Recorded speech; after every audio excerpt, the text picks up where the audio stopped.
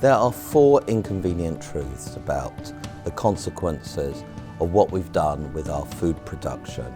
The first one is human health, second is climate change, the third is food security, and fourth is the planet's resources. So in terms of human health, 80% of all antibiotics in the US are used on factory farms, 50% in Europe. Even a last resort antibiotic like Coller has been found to be resistant in humans and animals, and they say antibiotics don't transfer from animals to humans. On the other hand, they say you are what you eat.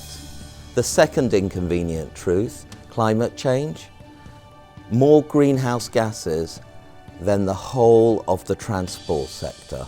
Third inconvenient truth, food security. It takes 6 kilos of plant protein to create 1 kilo of animal protein. It takes 4 kilos of wild fish to get 1 kilo of salmon. I know that sounds bizarre, but you eat more than you weigh when you die.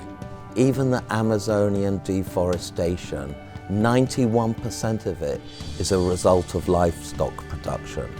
We've only got so much land on this planet. Together, these are the 4 horsemen of the apocalypse. It really is a danger. The consequences of the 4 inconvenient truths are actually quite dramatic for investors. Businesses becoming much more aware, like Virgin America has now banned the use of factory farmed chickens' eggs on its planes. There is a gap for investors, a knowledge gap that we have to bridge. And that's why we've started an initiative called Farm Animal Investment Risk and Return. We're already at the limits of our meat production and can't cope with the demands for protein. Diversifying protein sources and increasing the plant-based food in our diets is part of the solution. 25% of US population are decreasing their meat intake, and especially the millennials are becoming flexitarian. There is a large market opportunity here. Alternative proteins are expected to be 1/3 of the market by 2050. Today, already, half of all Americans are drinking non-dairy milk. Of course, the Mediterranean diet is way ahead. Eating less and better quality meat and plenty of vegetables is what the Mediterranean diet's all about. Plant-based diets, vegetarian, vegan, Mediterranean, are all associated with a longer life expectancy, increased by over 3.5 years. I just wanted to thank Barilla for their leadership based on their plant-based and Mediterranean diet philosophy. I'm so impressed with the Barilla family who've shown true leadership in this area, promoting plant-based and Mediterranean-based diets. Today, we've got a food technology revolution. So we had in the 1960s, the Green Revolution, which created the 4 inconvenient truths, the 4 horsemen of the apocalypse. Today, we've got a food technology revolution.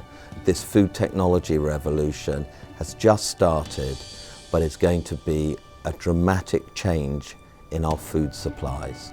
We need more transparent food supply chains. What this is doing is making the food supply chain, animal welfare, and what goes into your meat more transparent for the largest companies. Clear Labs is another example, doing data analysis in the supermarket. Are you given what you're being told? And more food from the local supply chain. We need the largest companies in the world to do more of this. Also, reformulation. Companies like Barilla changing their formulation to reduce the meat content. Obviously, there's been a huge aspiration to eat a lot of meat for the people going from poverty to middle class. But the millennials are transforming that aspiration into eating less meat. But that is a barrier. Another barrier is it's got to taste as good. A hamburger is a hamburger. The beauty of things like Impossible Foods is that they've realized that the reason why a hamburger tastes so delicious is the blood. And they found the same molecular structure in a plant root, and it's delicious. At the end of the day, it's about price, taste, and convenience.